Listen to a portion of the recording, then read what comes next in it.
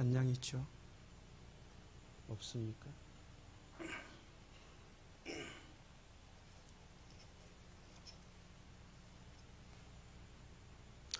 왼손잡이 사사 에훗을 통해서 하나님은 그 이스라엘을 모압으로부터 구원하셨고 80년간의 평화를 주셨습니다.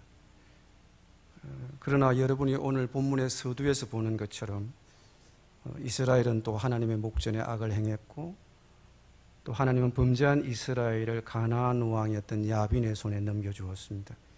그리고 20년간 학대를 받게 합니다.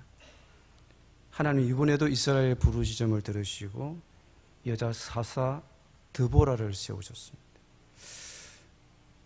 우리가 이 오늘 본문에서 드보라의 이야기에서 하나님의 전략을 한번 보고 싶은데요. 우선 드보라의 이야기를 이루고 있는 지리적인 배경을 한번 살펴보겠습니다.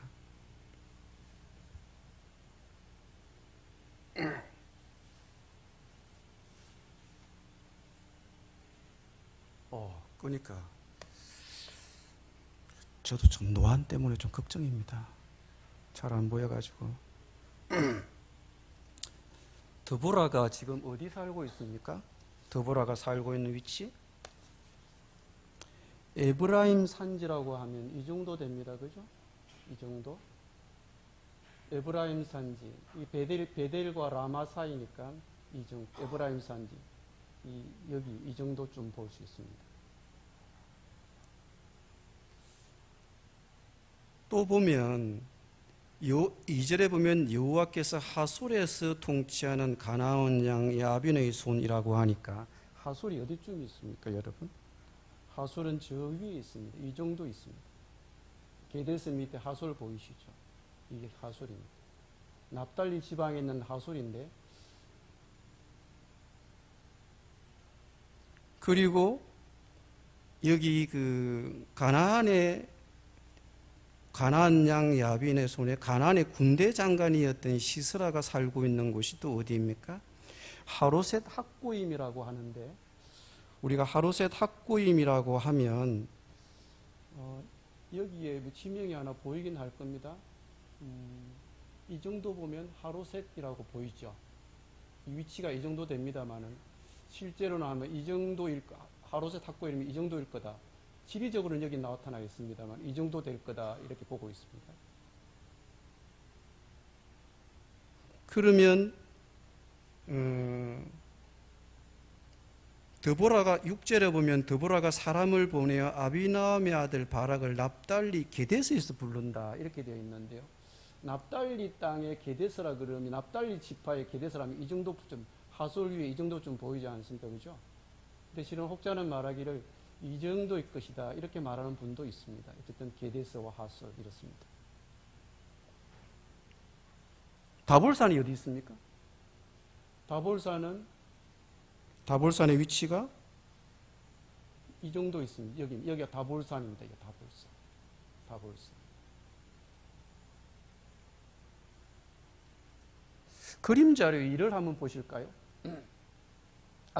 여러분 여기 보시는 것처럼 게데스와 하솔이 이 정도 있고요. 게데스, 가나안 야빈이 하솔이 이 정도 있고, 가나안 야빈이 하솔이 이 정도 있고, 게데스가 여기입니다. 그 다음에 아까 보신 것처럼 하로셋이 여기 있다고 보시면 다볼산이 여기입니다. 근데 하나님께서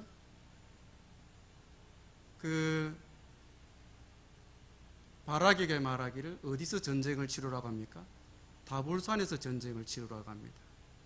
하나님이 다볼산에서 전쟁을 치르게 하시고, 또 보시면 7절에 보면 내가 야빈의 군대장관 시스라와 그의 병거와 그의 무리를 기손강으로 이끌어내게 하리라. 기손강이 여기입니다. 기손 시내가 여기입니다. 그러니까 다볼산은 여기입니다. 병력을 여기에 집결시키고 이쪽 병력이 이쪽으로 오면 다볼산을 기점으로 해서 여기서 기손강에서 전투가 이루어진다는 걸 볼 수 있습니다. 기손강은 근천입니다. 근천. 평소에는 비가 오지 않으면 그냥 마른 강이라고 보시면 근천 와디라고 그러죠. 와디. 그러니까 여기는 평소에는 물이 없는 곳이니까 철병거가 가기에는 참 안성맞춤인 곳이죠. 어쨌든 하나님께서 그들이 있는 지경과는 다른 여기로 병력을 집결시켜서 여기서 전투를 치르게 합니다. 왜 하나님은 전쟁을 다볼산에서 하게 하시는가 이것입니다. 다음 그림을 한번 볼까요? 이거 그림 말고 그 다음 그림 좀 봅시다. 여기가 다볼산입니다. 다볼산은 해발 한 588m 정도 되는데 전체 지역에는 아무것도 없습니다. 실은 여기가 그 유명한 이스라엘 평야입니다. 이스라엘의 곡창지대입니다. 이 이스라엘 평야는 이 다볼산에서 비가 씻겨져 내려가는 충적토로 이루어져 있습니다. 이게 땅이 아주 비옥한 곳입니다. 이스라엘의 빵주머니다 이렇게 말하고 있는 곳이기도 합니다.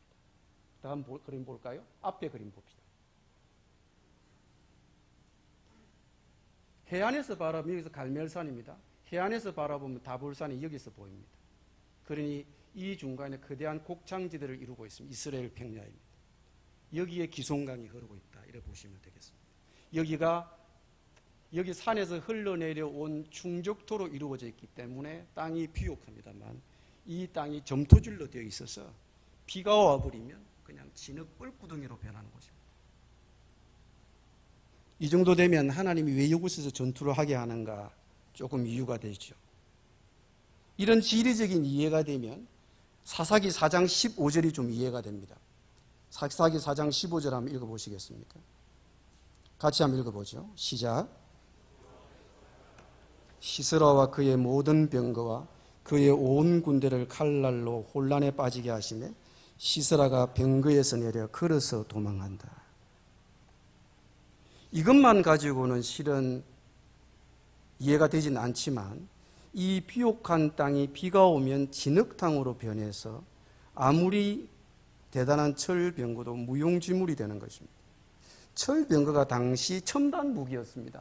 다음 그림 볼까요? 그 다음 그림인데요.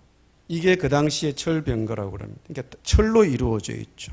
하살도 살도 다 바퀴살과 축도 철로 만들었습니다. 이런 병거가 당시 900성이었다. 요즘 말로 하면 전차 900대가 있는 셈입니다.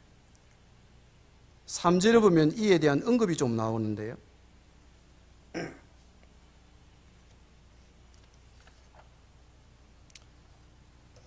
3절 한번 보시면 야빈 왕은 철병거 900대가 있어 20년 동안 이스라엘 자손을 심히 학대했으므로 이스라엘 자손이 여호와께 부르짖었다. 어순대로 보면 야빈 왕이 철병거 900대를 가지고 이스라엘을 학대했기 때문에 이스라엘 백성이 부르짖은 것으로 보입니다. 물론 학대를 받았으니까 부르짖었겠지만 히브리어 본문 어순은 좀 다릅니다. 순서대로 보면 이스라엘 자손이 여호와께 부르짖었다. 왜냐하면 그에게 철병거 900대가 있었기 때문이다. 그리고 그는 20년 동안 이스라엘을 힘으로 압제했다. 부르짖음의 초점이 철병거에 맞춰져 있습니다. 이스라엘 백성들의 눈에는 철병거가 너무 크게 보였던 것입니다. 그래서 부르짖었습니다.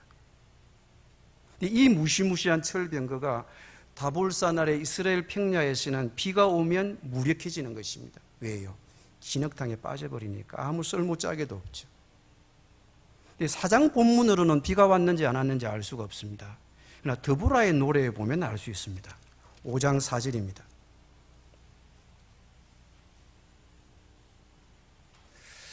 여호와여 주께서 세일에서부터 나오시고 에돔들에서부터 진행하실 때에 땅이 진동하고 하늘이 물을 내리고 구름도 물을 내렸나이다. 하나님이 초자연적으로 개입하신 것입니다. 이 기손신의 기손강은 조금 전에 말씀드린 것처럼 와디, 즉 건천입니다. 여름철에는 그냥 바짝 말라 있습니다. 그러니 철병거를 구르기가 쉽죠. 그렇지만 평소 말라 있어야 할 강이 비만 내리면 물이 흘러 범람하는 것입니다. 사사기 5장 21절에 보면 기송강은 그 무리를 표류시켰으니 이 기송강은 엣강이라 내 영혼아 내가 힘있는 자를 밟았다. 자연히 하나님 편이 되었습니다. 하나님이 기손강으로 전쟁의 무대를 옮길 것은 하나님의 간섭입니다. 말라 있어야 할 근처는 기손강이 큰 비가 내려서 범람을 하게 되고, 강물이 범람해서 땅은 진흙 구덩이가 되어버리고, 시스라의 병거는 아무짝에도 없어져 버리고, 군대는 진퇴양난에 빠진 것입니다. 이런 혼란스러운 상황을 타서 다볼산에서 높은 산에서 그 광경을 내려다보고 있던 이스라엘 병사들이 내려와서 맹공을 가한 것입니다. 그러니 손 한 번 쓸 수가 없는 거죠. 다볼산도 기손 시내도 왜 하나님이 그곳에 와서 병력을 집중시켜서 전쟁을 하게 하셨을까? 하나님의 전략인 것입니다. 이런 예상치 못한 폭우가 여름철에 오지 않으면, 여러분, 우리는 여름철 그러면 우리는 장마 시즌으로 생각합니다만 이스라엘의 여름 시즌은 건기입니다. 하나님이 간섭함이 없으면 이기기 어려운 전쟁이에요. 하나님이 드보라를 사용하시고 바락을 쓰긴 하셨지만 전쟁은 하나님이 하시는 것입니다.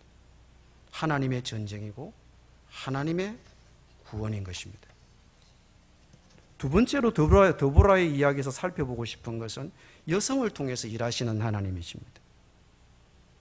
당시 남성 중심 사회였던 이스라엘에서 드보라가 지도력을 발휘한 것은 당시 사회가 그만큼 무너져 있었다는 것을 보여주는 것입니다. 사사기 5장 5절 6절 보겠습니다.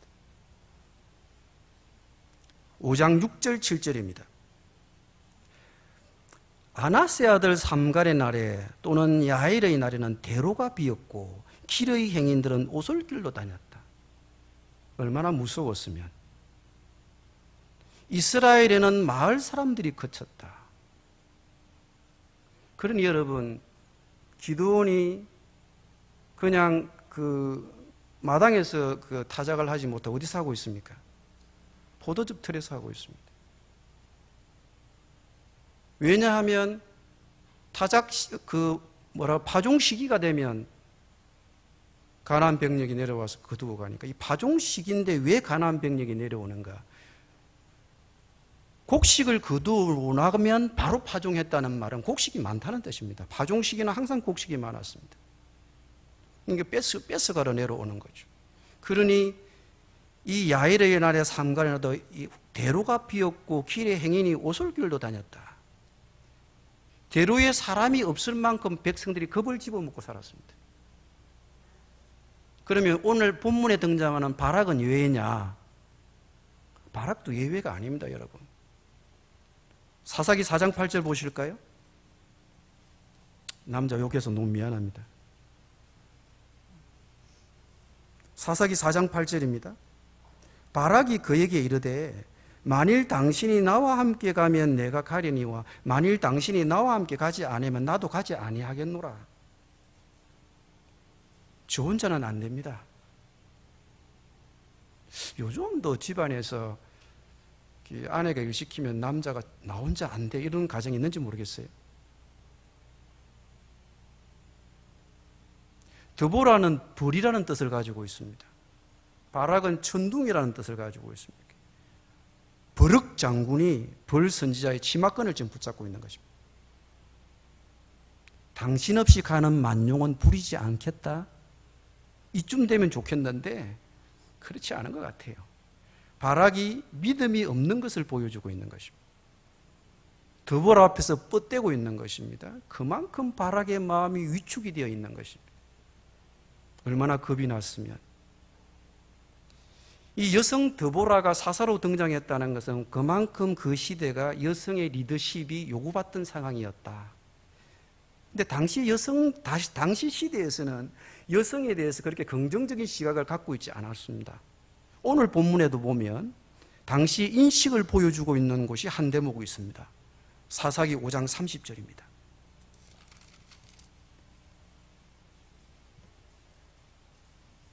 같이 한번 읽어볼까요? 사사기 5장 30절 시작.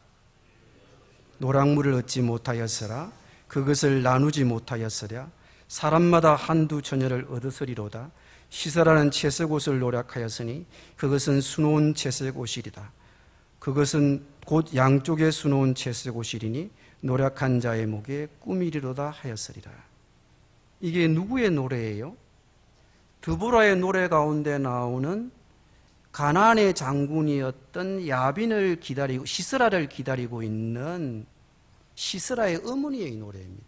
적군의 장군이었던 시스라를 기다리는 시스라의 어머니의 노래입니다. 이제 전쟁에 출전한 자기 시스라 자기 아들이 어떻게 죽었는지를 알 길이 없으니까 이 어머니가 격자 창문 밖을 응시하면서 아들이 돌아오기만을 애타게 전쟁에서 기다리고 있습니다. 기다리면서 노래하는 말이 아들이 전쟁에서 이기고 전리품을 가지고 오리라, 이런 기대를 하고 있는데 그 전리품 중에 하나가 무엇입니까? 30절에 사람마다 한두 처녀를 얻었으리로다. 이 한두 처녀라고 번역된 이 히브리 단어는 문자적으로는 자궁 하나, 자궁 둘 이렇게 번역할 수 있다고 해요. 여성의 특정한, 그것도 성적인 의미가 다분히 들어가 있는 여성의 신체적인 특정 부위를 언급하는 것은 그 당시에 가나안 민족들이 가나안의 여성을 어떻게 바라보고 있는가에 대한 안목을 보여주고 있는 것입니다. 전쟁에 패한 쪽의 여성은 그저 성적인 대상일 뿐, 성적인 놀이기에 불과한 것입니다. 그냥 아이 둘 낳아주는 기계 정도. 요즘 극단적인 그 순위파 무장 세력 IS가 자신들이 포로로 잡은 여성들을 뭐라고 부른다고 그러죠? 성노예라고 부른다 그러죠. 같은 맥락이라고 봐요. 자신도 여자이면서 전쟁에 패한 쪽의 여성을 함부로 대하고 있는 거죠. 이것이 당시의 가나안의 사고방식이었습니다. 이처럼 당시에는 여성에 대한 편견과 여성을 비하하는 문화적인 배경이 있었습니다. 그리고 결국에는 바락이 믿음 없음을 보여주는 것 때문에 바락이 받을 수 있던 영광도 다른 여인에게 돌아갑니다. 이게 야엘이죠. 사사기 4장 9절에 보면 이르되 내가 반드시 너와 함께 가리라. 그러나 내가 이번에 가는 길에는 영광을 얻지 못하리니 이는 여호와께서 시스라를 여인의 손에 파실 것임이라 하고 드보라가 일어나 바락과 함께 기대서로 가니라. 그러면 이 장면 한번 보십시다. 어떻게 그에게 영광이 돌아가는지, 야엘에게, 다른 여인에게. 사사기 4장 17절입니다.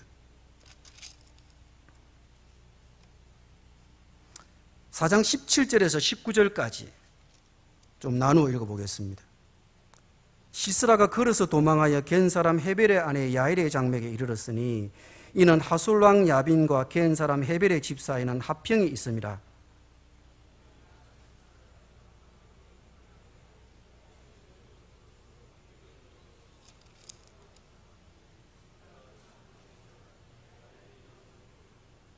(19절) 함께 하죠.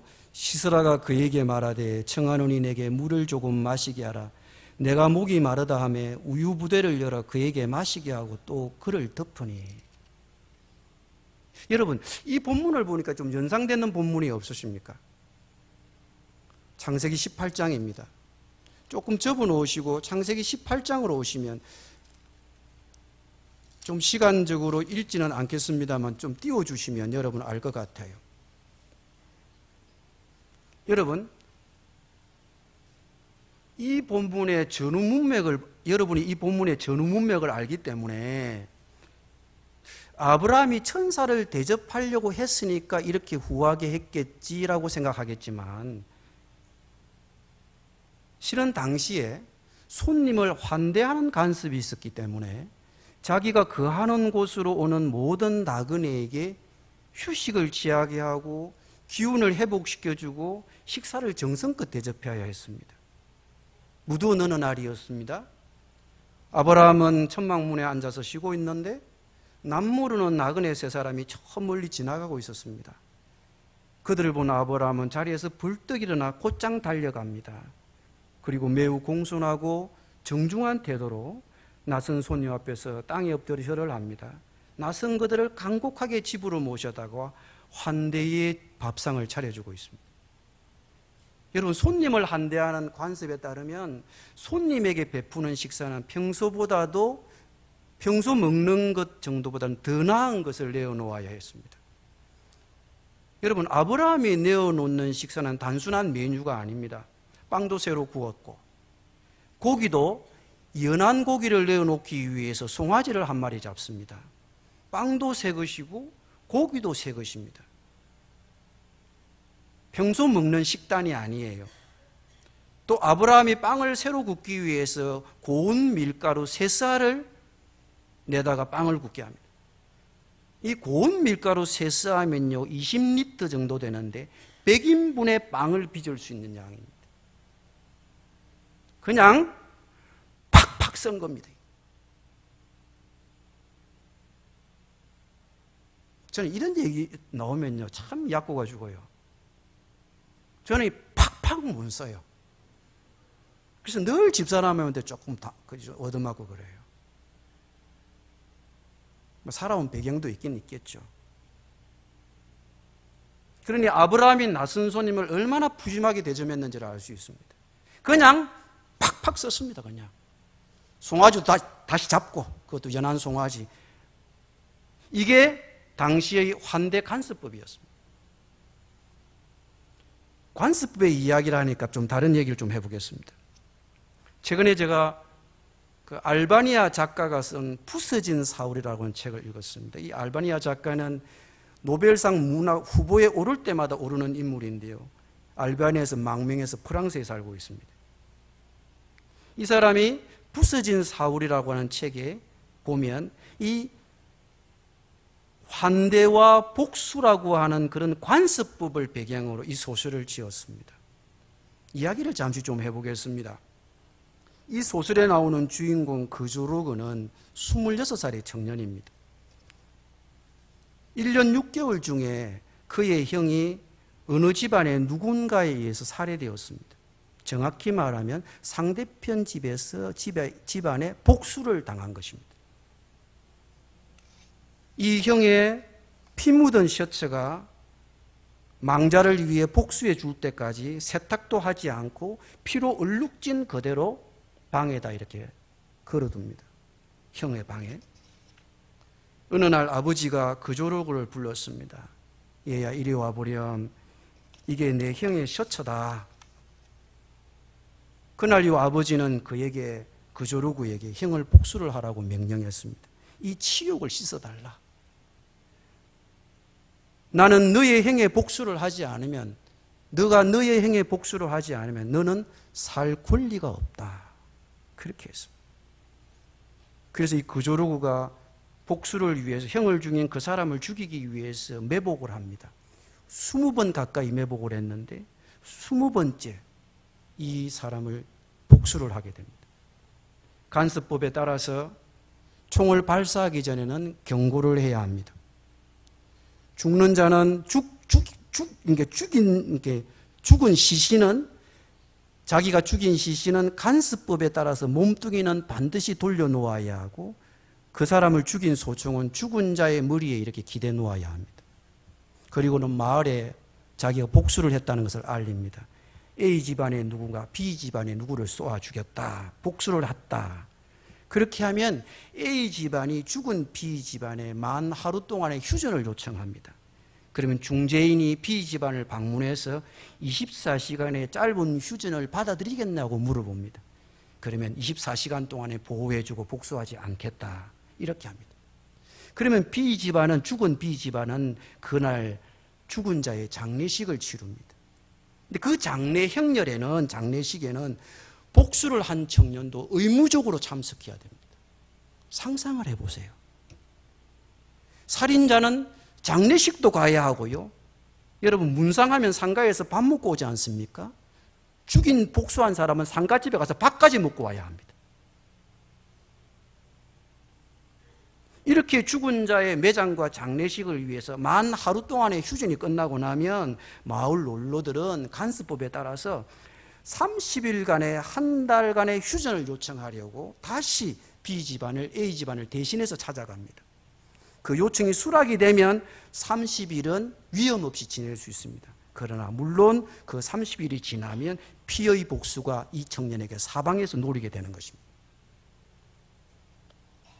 이런 간섭법에 의하면 B 집안의 사람은 A 집안의 가족이란 누구에게나 복수할 권리가 그때부터 발생합니다. 이렇게 양쪽 집안이 번갈아 가면서 끝없는 장례식을 치루었는데 양쪽 집안의 무덤이 42개, 그 중에 22개의 무덤이 서로 복수 때문에 생긴 무덤입니다. 그래서 거조르구의 집안에 남은 남자라고는 자기하고 아버지밖에 안 남았습니다. 이런 양쪽 집안의 복수에 얽힌 이야기가 어떻게 시작이 되었는가? 70년 전, 소설 속의 이야기입니다. 70년 전 어느 추운 가을밤에 어떤 남자가 A 가문의 집을 찾아 거조르구의 집을 찾아와서 대문을 두드렸습니다. 거조르기가 출생하기 전의 이야기입니다. 할아버지 때의 이야기니까. 대문을 두드렸습니다. 물론 낯선 남자입니다. 대문을 두드린 남자는 하룻밤 신세를 지자고 부탁했습니다. 당시 그 집의 가장이었던 거조르구의 할아버지가 길손에게 대문을 열어주었습니다. 그리고 손님을 한대하는 간섭에 따라서 식구들은 그를 집안에 맞아들이고 먹을 걸 주고 잠자리를 제공했습니다. 그리고 손님을 한대하는 간섭에 따라서 그 다음날 자고 난 그 다음 아침 일찍 가족 중에 한 남자, 그러니까 할아버지의 막내 동생 되시는 분이 마을 어귀까지 그 낯선 손님을 배웅했습니다. 근데 그 할아버지의 막내 동생이 이 낯선 손님을 배웅하고 돌아서려고 하는 순간 갑자기 총성이 울렸습니다. 그런데 이 낯선 손님이 총을 맞아서 몸이 뻣뻣해져서 마을을 떠나는 그 경계 부근에 쓰러져 버리고 만 것입니다. 근데 손님을 한대하는 법에 의하면 누군가가 손님을 배웅하러 나갔는데 손님이 그의 앞에서 죽어버리면 그 손님을 위해서 이 사람이 복수할 의무가 생깁니다. 반대로 그 사람이 등을 돌리고 난 이후에 쓰러지면 의무를 지지 않아도 됩니다. 이 손님이 등에 총을 맞는 순간 이미 등을 돌린 상태이기 때문에 복수의 의무는 없었습니다. 너무 이른 새벽 시간이라서 아무도 확인해주고 정언해줄 사람이 없었습니다. 근데 또 다른 문제가 있었습니다. 시신의 방향 문제였습니다. 낯선 남자가 등을 땅바닥에 대고 시신의 얼굴을 마을로 자기 집으로 향하여 죽어버렸습니다. 그렇게 되면 의무가 생기는 것입니다. 간섭법에 따르면, 환대라고 하는 간섭법에 따르면 낯선 사람에게 잘국과 이불을 제공했으면 그가 마을을 벗어나지 않는 이상에는 그를 환대해 주고 접대해 주었던 사람은 마땅히 그를 보호해 줄 의무가 생겼고 그를 위한 복수의 의무도 함께 져야 했습니다. 추운 가을밤 그의 집을 방문한 낯선 사람을 환대한 그것 때문에 그의 가문에 복수할 의무와 죽음이 찾아온 것입니다. 곧 뒤이어서 낯선 길손을 쏜 사람이 누구인지 찾았습니다. 그리고 그 살인자의 집안과 거조르구의 집안이 원수지간이 되어가지고 그때부터 복수의 소용돌이에 휘말려서 44개의 무덤을 양가의 집안에 파게 되었던 것입니다. 앞으로 몇 개의 무덤이 생길지 모릅니다. 이게 그 알바니아 작가의 이야기입니다. 물론 그 작가의 이야기는 그냥 소설입니다. 그렇지만 그 소설은 그 알바니아 지방에 있는 옛 간섭법에 기초한 배경으로 하고 있는 소설입니다. 그 사람이 그 소설을 지은 이유는 알바니아가 공산주의로 넘어가면서 공산주의의 폐해가 옛 간섭법의 폐해보다 더 독하다는 것을 말하기 위해서 그 소설을 지었다고 그래요. 제가 이 소설을 읽으면서 너무 어서서하고 너무 그래가지고 좀 읽기 싫더라고요. 중간쯤 되니까.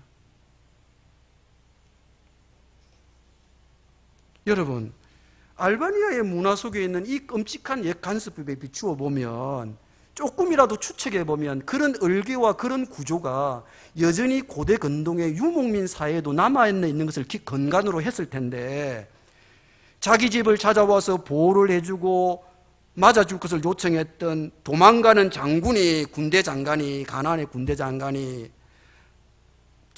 야일의 집을 찾아가서 야일을 찾아갔는데 들어오라고 하고 내가 당신을 보호해 주겠다고 했는데 야일이 죽이면 이건 배신이에요. 그냥 뒤통수 친 거라고요.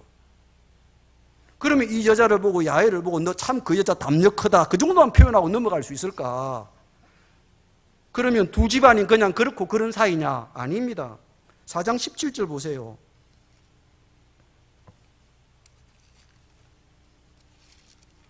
4장 17절에 보면 시스라가 걸어서 도망하여 겐 사람 헤벨의 아내 야일의 장막에 이르렀으니 이는 하솔왕 야빈과 겐 사람 헤벨의 집 사이에는 뭐가 있었다고요?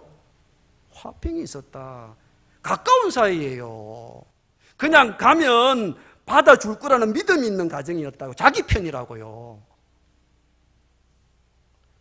전투에서 도망하고 있던 시스라는 적어도 야일의 집에 가면 내가 보호를 받고 한 대를 받고 내가 적어도 내 몸을 숨길 수 있으리라고는 확신이 있었습니다.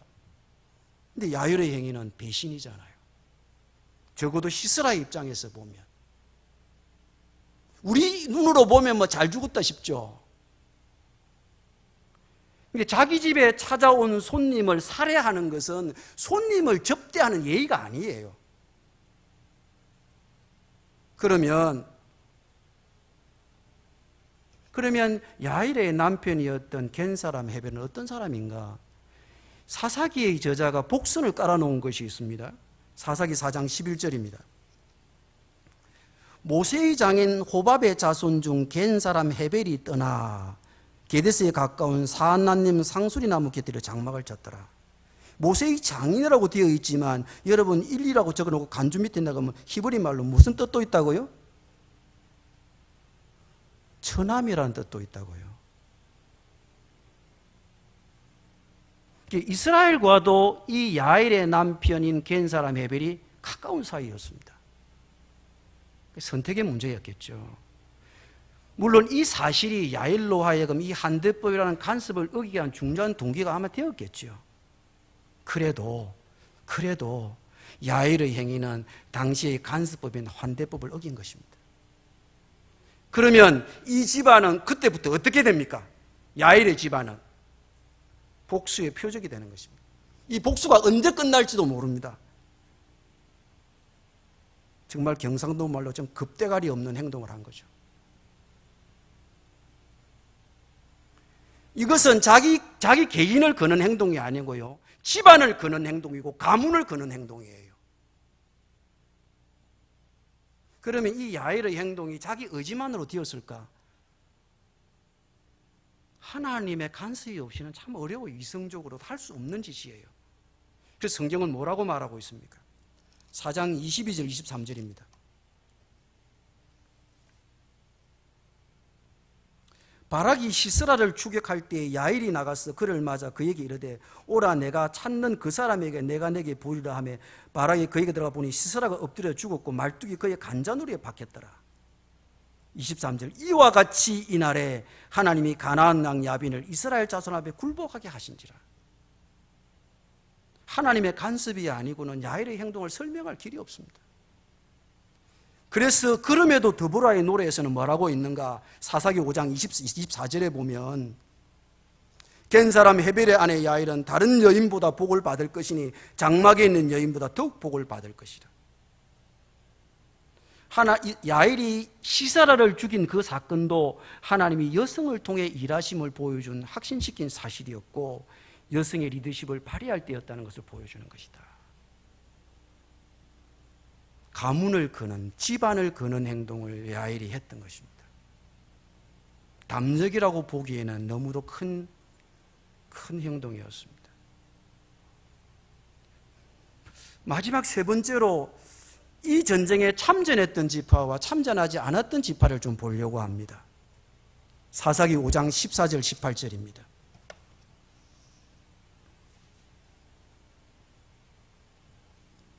제가 오늘 길게 하지 않으려고 그랬는데 저는 한 30분만 하면 될 줄 알았는데 미안합니다. 5장 14절 18절 한 절씩 좀 나눠 읽어보죠. 에브라임에서 나온 자들은 아말렉에 뿌리 박힌 자들이요 베냐민은 백성들 중에서 너를 짜드는 자들이요 마길에서는 명령하는 자들이 내려왔고 서불론에서는 대장군의 지팡이를 잡은 자들이 내려왔도다.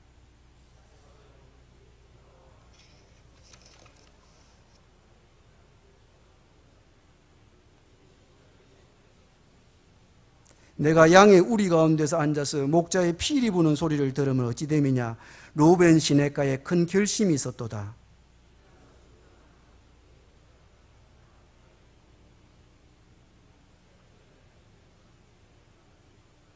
스불론은 죽음을 무릅쓰고 목숨을 아끼지 아니한 백성이요 납달리도 들의 높은 곳에서 그러하도다.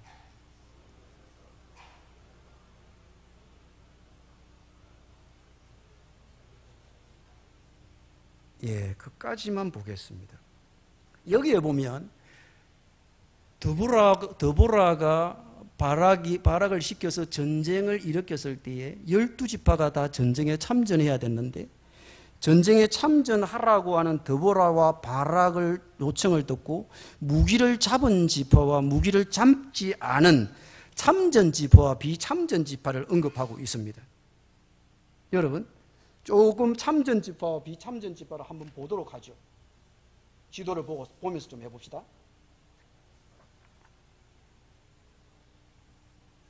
보십시오.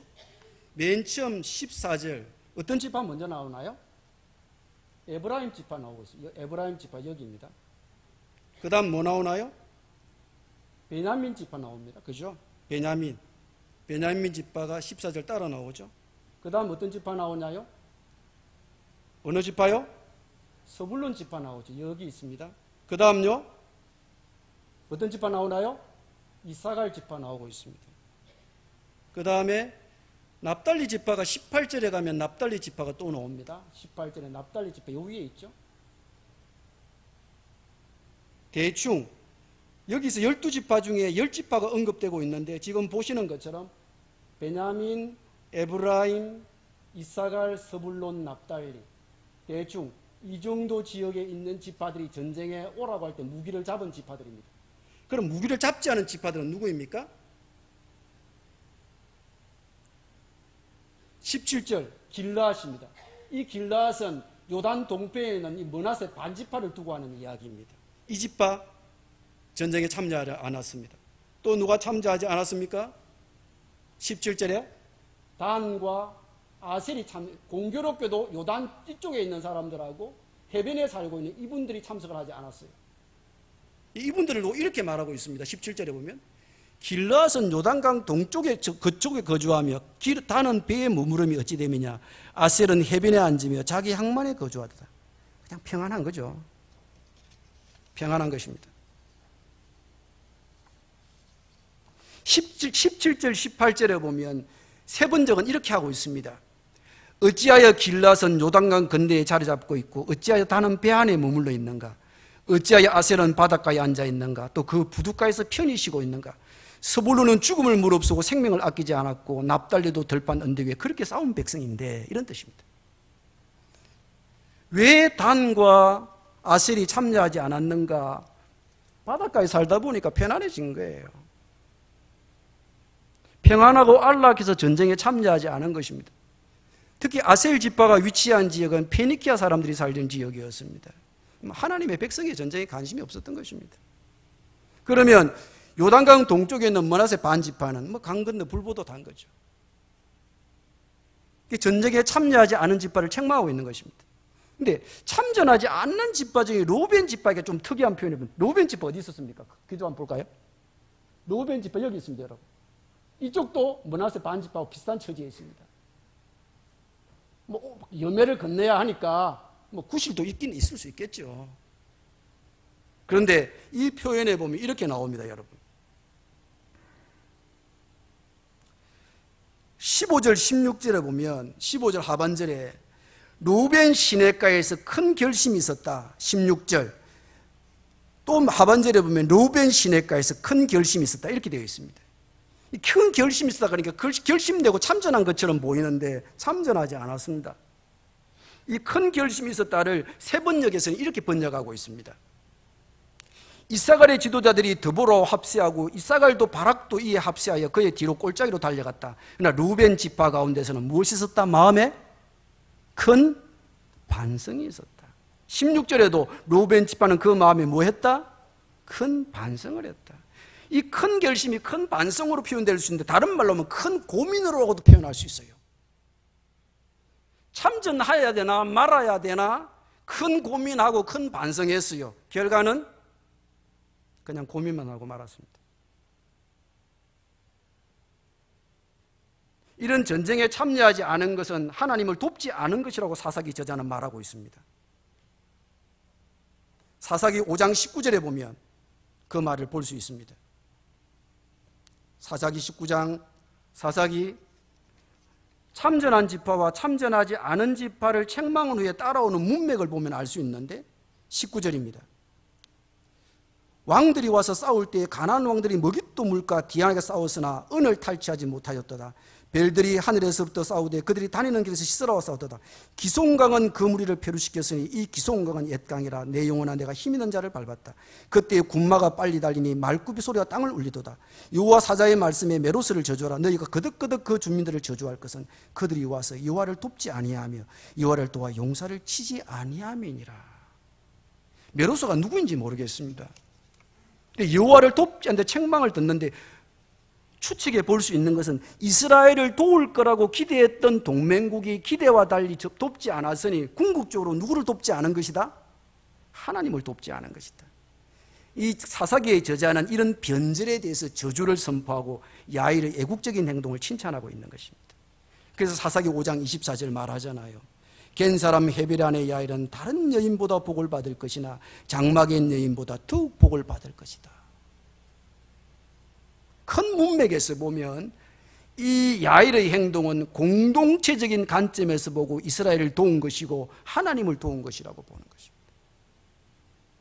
우리 찬송에 보면 함께 부르시겠습니다만 십자가 군병되어서 예수를 따를 때 무서워하는 마음으로 주 모른 채 할까. 무성도 피를 흘리며 큰 싸움하는데 나 어찌 편히 누워 상받기 바랄까.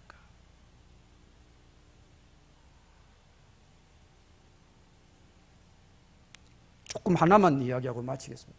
저는 이 본문을 보면서 내가 이 본문을 통해서 내가 뭘 적용해야 되나라고 생각해 봤습니다. 하나님 이 본문을 통해 내게 주는 메시지는 뭔가.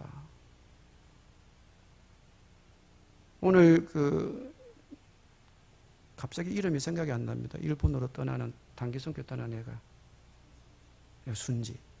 순지가 목사님 떠납니다라고 그러길래 내가 예뻐가지고 이제 10,000원짜리 한 장을 꺼내주면서 얘 가서 커피 먹고 가라 이렇게 공항에서 커피 먹으라 이러면 조금 생색내듯이. 근데 이 본문을 보면서 생각이 들었습니다.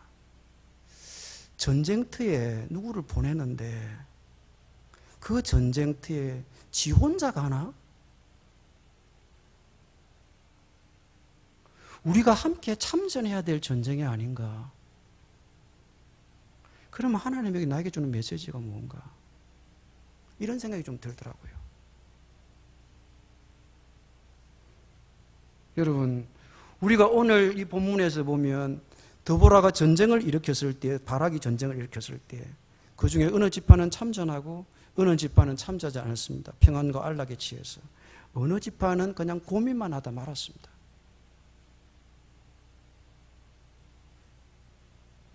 오늘 목사님께서 말씀하셨죠. 건축은 말로 하는 것이 아니고 순종으로 하는 거라고. 우리가 이 본문에 어떻게 반응해야 되겠습니까? 특히 여성 여러분. 남자들이 다 알아서 하겠지. 남자들이 다 알아서 못하면 여자들이 알아서 해야죠. 오늘 이 본문이 단순히 한 지역적인 일만 말하고 있지는 않을 것입니다. 여러분에게 던져주는 주님의 메시지는 무엇입니까? 어떤 순종을 요구하고 있나요? 그 순종으로 건축하는. 그래서 오늘 본문처럼 겐 사람의 아내 야일은 어느 여인보다 더 복을 받을 것이라. 장막에서는 어떤 여인보다. 가문을 거는 용기, 집안을 거는 용기. 이 복이 저와 여러분에게 있기를 바랍니다. 기도하겠습니다.